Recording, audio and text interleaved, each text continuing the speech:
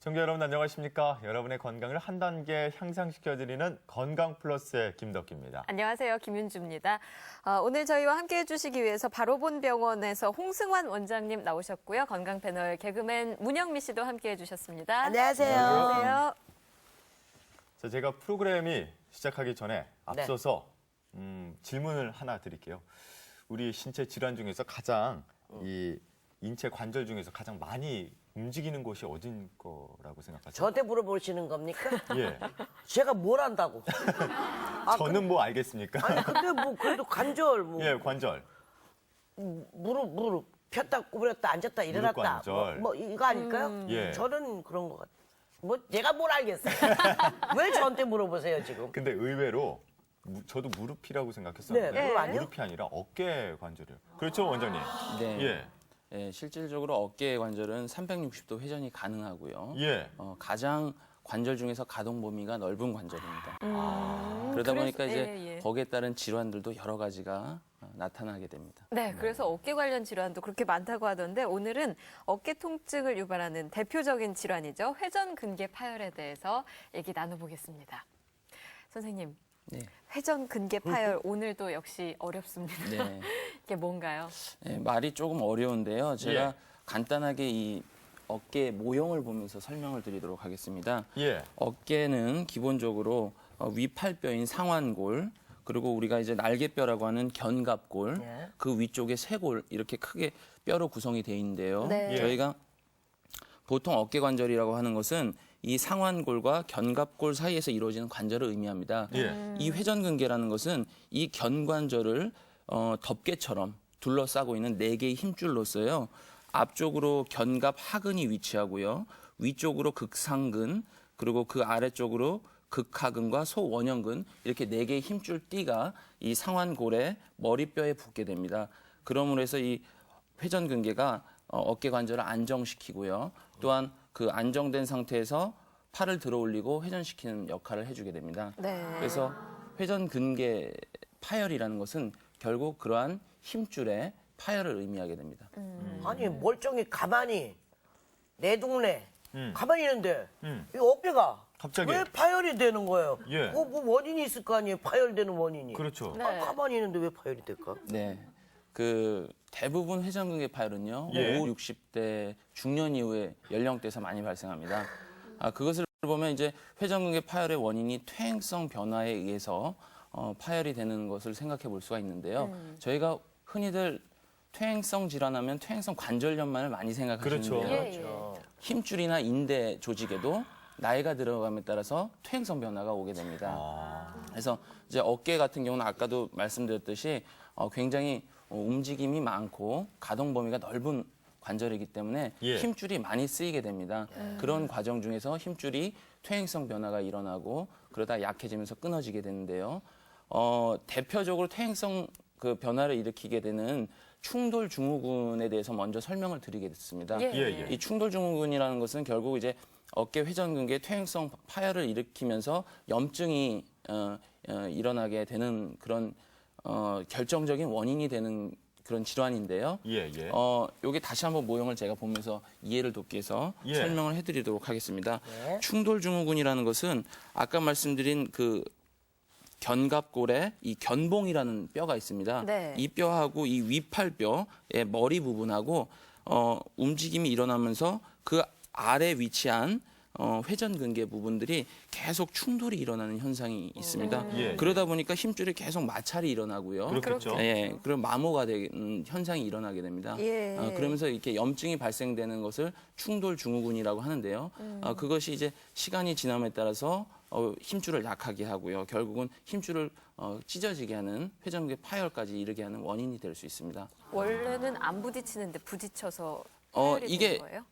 이 견봉화 공간에는요, 이 힘줄 위에 점액낭이라는 구조가 있습니다. 네. 그것이 완충을 해주는데 그게 반복적으로 되다 보면 그 점액낭에도 염증이 생기고요. 힘줄에도 염증이 생기게 됩니다. 그러면 힘줄이 두꺼워지게 되죠. 그러면서 이 직접 이 뼈하고 뼈 사이에서 계속 마찰을 일으키는 원인이 되겠습니다.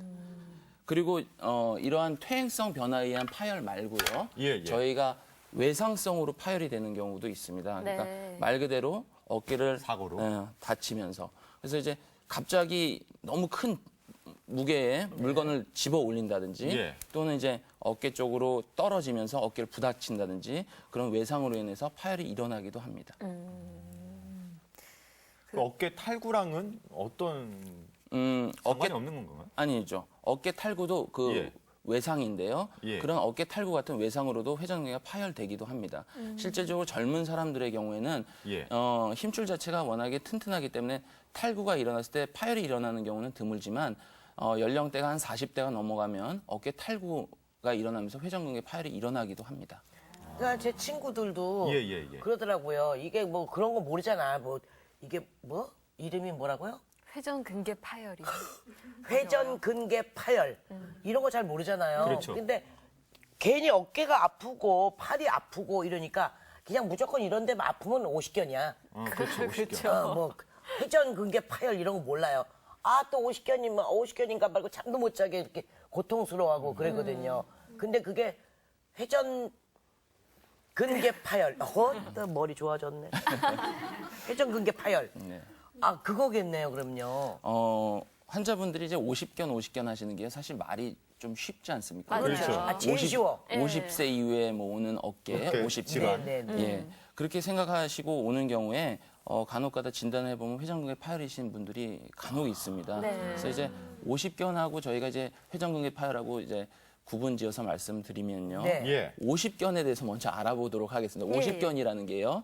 어깨 관절을 둘러싸고 있는 관절낭이 두꺼워지면서 관절이 뻣뻣해지는 거기 때문에 50견의 경우에는 굉장히 심한 운동 제한을 갖고 옵니다. 운동 범위가 심하게 제한이 되죠.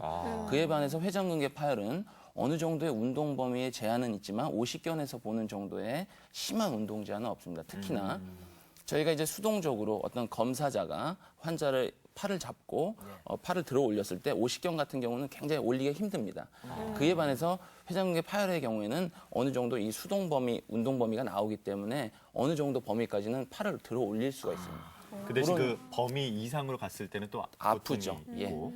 그리고 만약에 이게 치유적인 관점에서 봐도요. 저희가 50견 같은 경우는 스스로 좋아지는 경우가 많이 있습니다. 하지만 회전근개 파열은 절대. 시간이 지나면서 파열이 저절로 치유되는 경우는 드물고요. 대개는 파열이 더 진행돼서 파열의 크기가 커집니다. 안 좋아지면 안 좋아질지 좋아질 리는 없다. 이렇게 보면 되겠네요. 예, 일반적으로 그렇게 생각하시면 되겠습니다. 어떤 검사를 통해서 알아볼 수 있을까요?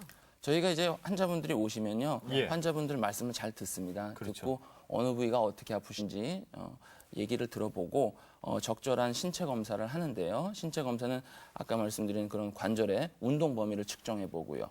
근력을 테스트해 보고 또한 이제 그 아픈 부위를 눌러서 통증의 위치를 찾아보고요. 어떤 동작을 할 때 통증이 유발되는지 통증 유발 검사를 해보게 됩니다.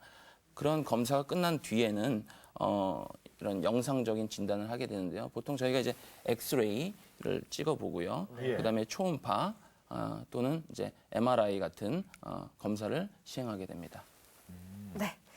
그럼 이제 치료법도 알아봐야 되겠죠? 네, 치료법에 대해서 말씀드리도록 하겠습니다. 치료법은 물론 이제 파열의 정도나 기간에 따라서 좀 달라지겠는데요. 일반적으로 크게 나누면 비수술적인 치료법과 수술적인 치료법으로 나눠볼 수 있겠습니다. 그럼 먼저 비수술적인 치료법에 대해서 말씀을 나눠볼까요? 비수술적인 치료법으로는 일반적으로 아픈 어깨를 안 쓰게끔 고정하는 고정 치료가 있겠고요. 예. 보통 이제 저희가 핫팩이나 초음파를 이용한 온열 치료 또는 전기 자극 등을 이용한 물리 치료가 있겠고요. 또는 힘줄이나 인대 부위에 강화를 시킬 수 있는 주사를 놓기도 합니다. 보통 환자분들이 오셔서 주사를 놓을 때 이게 혹시 뼈 주사 아니냐고 많이 예, 여쭤보시는데요. 그렇죠. 뼈 주사라는 거는 이제 스테로이드 주사입니다. 스테로이드 주사는 이제 회전근개 파열의 경우에는 그 근육을 힘줄 부분을 좀 약화시킬 수 있기 때문에 뼈 주사는 안 맞으시는 게 좋게 되겠습니다. 이런 비수술적인 치료법은 얼마나 받아야 되나요? 기간이 따로 정해져 있는 것은 아닙니다. 아닌데 저희가 보통 비수술적인 치료법은 적어도 한 2, 3개월 정도의 치료 기간을 가져봅니다. 그래서 환자분들이 증상이 호전이 없거나 오히려 악화될 경우에는 수술적인 치료법을 고려하게 됩니다. 그럼 이게 보통 퇴행성이라고 말씀해 주셨는데 그럼 우리 어머니들, 그러니까 40, 50대 분들부터 주로 나타나는 건가요? 증상이? 네, 대개는 예. 40대, 예. 40대를 넘어서 50대, 60대에 가장 흔하게 볼 수가 있습니다. 이게 질환이 흔한 거죠? 네, 굉장히 어깨 질환 중에서 흔하게 볼 수 있는 질환. 왜 그러냐면 저희는 말씀하신 것처럼 오십견이라는 얘기는 너무나 많이 들었는데 이 회전 근개 파열은 예, 낯설어서 이게 네, 흔하지 네. 않은 걸로 알았는데 흔한 질환이었네요. 근데 뭐 일을 많이 한다거나 예. 그 우리 뭐 보통 40, 50, 60대, 50대, 60대 이렇게 뭐 70대 요즘은 뭐 70대까지도 다 건강하시니까 이런 어르신들이나 또 우리 또래 모든 그 주부들이 정말 하는 일은 똑같거든요. 그러면 뭐 하는 일이 똑같은데 그 똑같은 일상에 이런 게 파열이 오는 거예요? 회전근개 파열. 뭐 저희가 이제 한 방에 됐어. 가사 노동을 굉장히 가벼운 노동으로 생각하시는데요. 아니거든. 그렇지 예, 않죠. 가사 노동이라는 게 굉장히 중노동입니다. 네. 예, 그렇기 때문에 그게 반복이 되다 보면 충분히 회전근개 파열까지 이를 수 있습니다. 정말 죄송하네요. 갑자기 어머니한테 영상 편지를 하나 띄우고 싶네요. 나중에 하시고요. 한 말씀. 죄송해요, 어머니. 네, 그 수술이 필요한 경우도 있을 텐데 뭐 수술법은 어떤 게 있을까요? 수술법으로는 저희가 기존의 절개를 이용한 수술도 있겠지만 최근에 관절 내시경을 통한 수술 장비나 기법들이 발달하면서 많은 부분을 관절 내시경을 통해서 수술을 하게 됩니다. 어떻게 하는 거예요? 사진을 보면서 설명을 해드리도록 하겠습니다. 예, 원리가 궁금한데요. 예, 환자분 그 사례를 하나 보시면서요 예, 말씀드리겠는데요. 50대 남자분이고요. 환자분 수개월 동안 어깨 통증을 호소하시면서 물리치료에도 별로 효과가 없고 해서 수술적인 치료 방법을 선택한 환자분인데요. 네. 관절 내시경을 먼저 관절 안으로 관절 내시경을 넣어서 관찰한 그림이 되겠습니다. 보시면 저기 하얀 부분이 왼쪽에 하얀 부분이 예. 관절 연골입니다. 예. 저 빨간 부분에 회전근개가 붙어 있어야 되는데 붙어 있지 않고 저기 떨어져서 저렇게 빨간 부분이 드러나게 됩니다. 저게 관절 안에서 회전근개 파열을 관찰한 모습이고요. 저희가 다시 관절경을 빼서 이 견봉이라는 아까 말씀드린 그 견봉 밑에 견봉화 공간으로 관절 내시경을 집어넣게 됩니다. 예. 그 집어넣게 되면 오른쪽 그림과 같이 모습이 보이는데요. 위에 덮고 있는 덮개가 떨어져 있는 모습이 되겠습니다. 그래서 이런 것이 확인이 되면 들어가서 아까 말씀드린 그 견봉의 앞쪽에 튀어나온 뼈를 갈아주게 됩니다. 아, 이거 간다고요? 예, 그걸 견봉 성형술이라고 한대요. 예. 아까 말씀드린 충돌 증후군이 많이 원인이 된다고 말씀드렸지 그렇죠. 않습니까? 그렇기 때문에 이쪽에 많은 공간을 확보하는 게 중요합니다. 마모되는 부분을 없애요. 예, 없애주기 위해서 앞쪽에 뼈 튀어나온 뼈를 어느 정도 깎아주게 됩니다. 엄청 아플 것 같은데. 괜찮을까요? 그러게요. 마취를 하고 하기 때문에요. 예. 물론 이제 수술 당시에는 환자분 통증은 모르시고요. 예. 수술이 깨고 나서 정신을 많은 잃을 정도로 심한 통증이 있을까요? 수술 끝나고 나서는 저희가 적절한 통증 치료를 하기 때문에요. 정신을 잃을 정도는 아니고요. 상당히 아프시긴 아프십니다. 죄송합니다. 아플 것 같아요. 예. 뼈를 깎는 고통이라고도 예. 하는데. 예. 그렇게 하고 나서 이제 회전근개 떨어진 부분을 봉합 나사를 이용해서 원래 있는 부착 부위에 붙여주게 되는 것이 회전근개 수술의 모습이 되겠습니다. 그래서 예. 저 다시 그림을 보시면 관절 안에서 회전근개 봉합 후에 아까 빨간 부분이 저렇게 회전근개에서 덮여 있는 모습을 보여주게 되고요.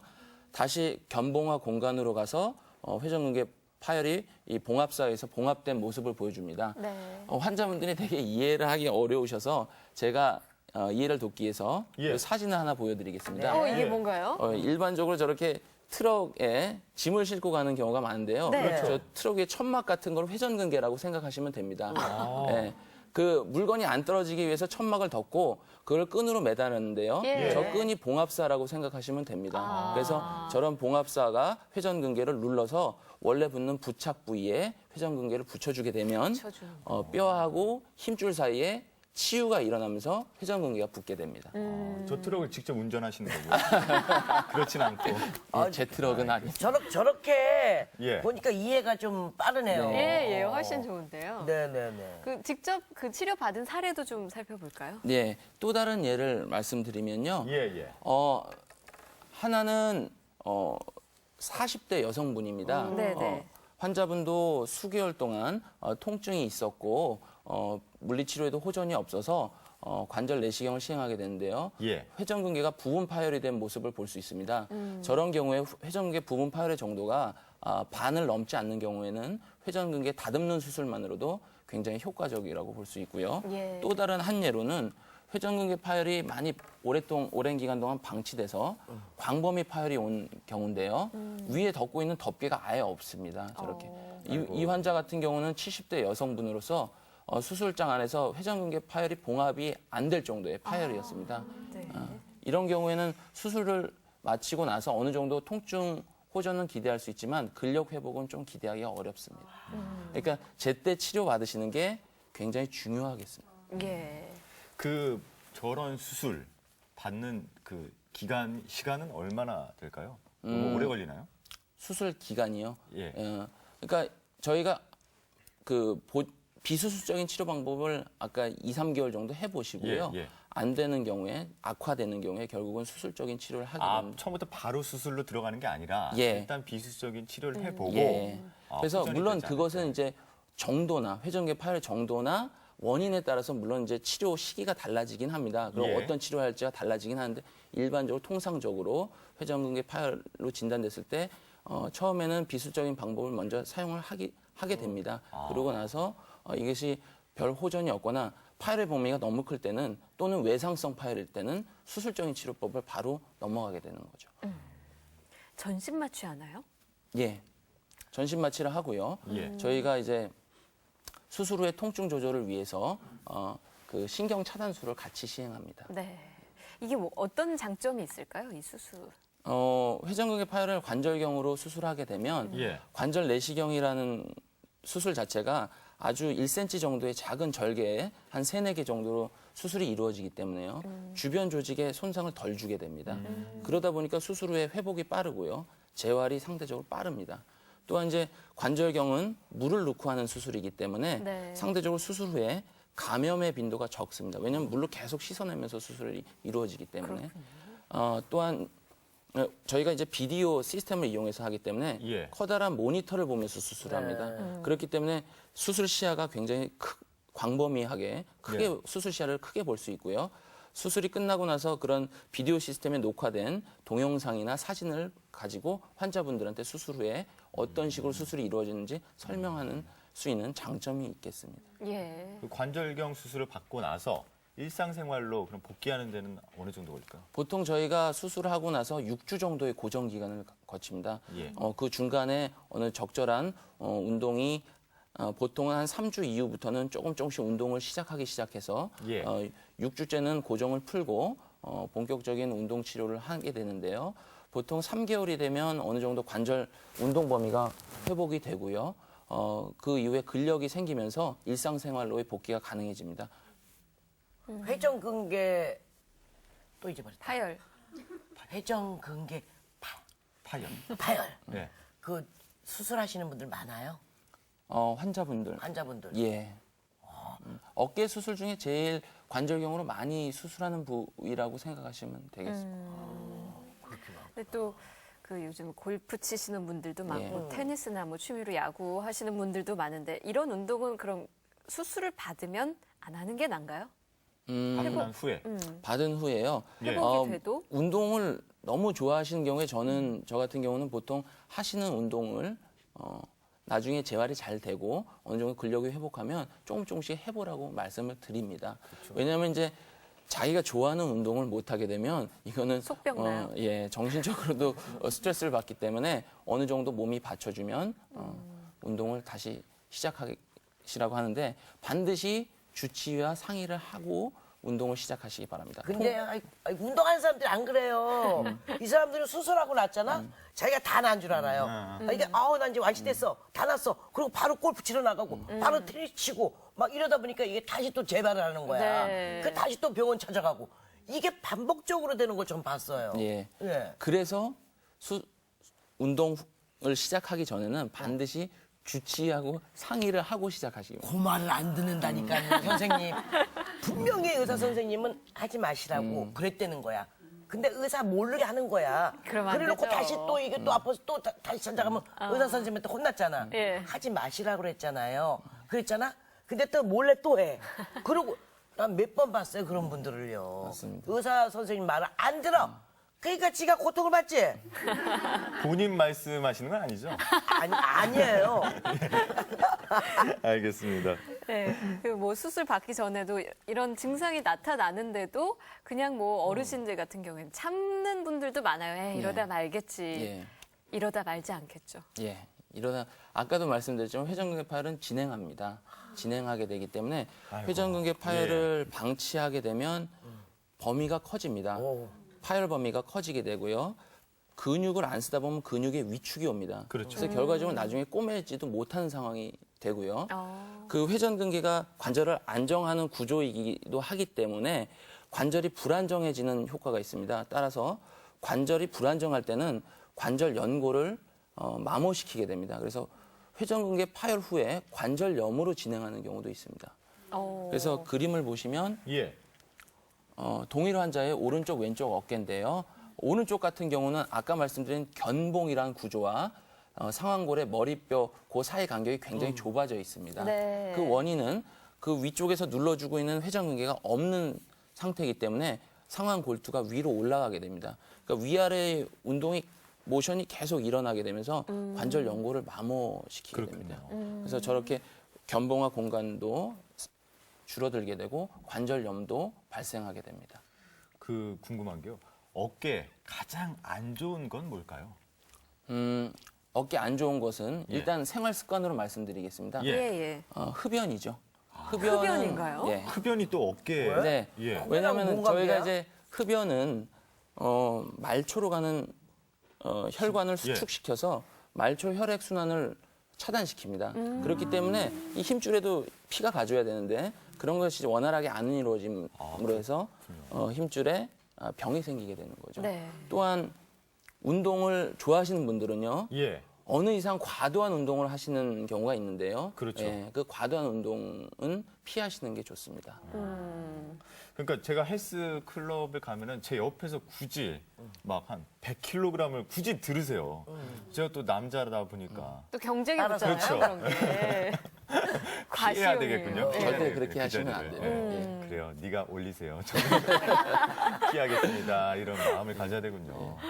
예, 그 어깨 좋은 뭐 나쁜 운동, 좋은 운동 따로 있는 게 아니고 무리가 가지 않는 선에서 그냥 예. 해주는 게 다 가장 그래서- 좋다 이런 말씀인가요? 예, 저는 그래서 환자분들한테 아침에 일어나셔서요. 예. 한 15분 정도 투자하셔서 예. 맨손 체조하고 어떤- 스트레칭. 어떻게요? 보통 저희가 관절 운동 범위 최대한 예. 끝까지. 국민 자, 팔을, 체조 뭐 이런 거죠? 따라해 보시죠. 그냥 예. 예. 팔을 끝까지 들어 올리십니다. 예. 자, 그 상태에서 한 10초 정도 멈추시는 거죠. 예. 그리고 내려놓고 또 오. 옆으로 한번 들어 올려 아. 보시고 쭉 올려 보시고요. 끝까지. 예. 그 상태에서 또 10초 멈추시는 거죠. 아파. 이제 그런 이제 팔 들어 올리는 운동하고 회전 운동을 같이 병행하게 됩니다.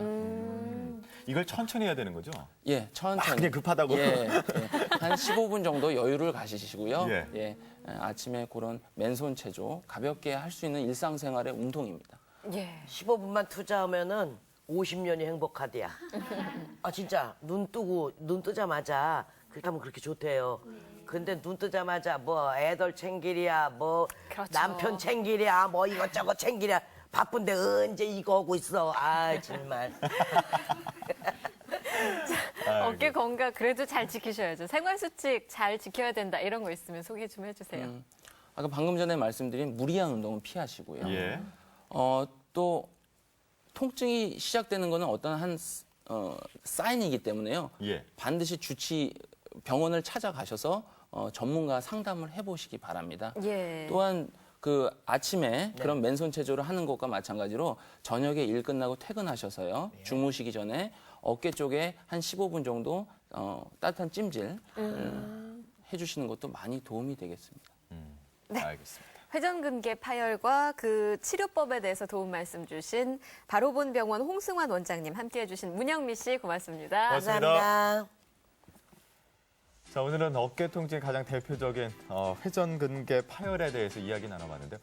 우리나라 사람들이 가장 많이 하는 말 중에 하나가 아이고 어깨, 아이고 허리야 라는 말 많이 그러네요. 하잖아요. 예. 근데 또 가장 많이 하는 행동 중에서 이렇게 아프다고는 해도 병원엔 절대 찾아가지 않아요. 맞아요. 네. 어깨 쫙 펴시고 혹시 아프시면 전문의 찾아가셔서 적절한 치료 받으시기 바랍니다.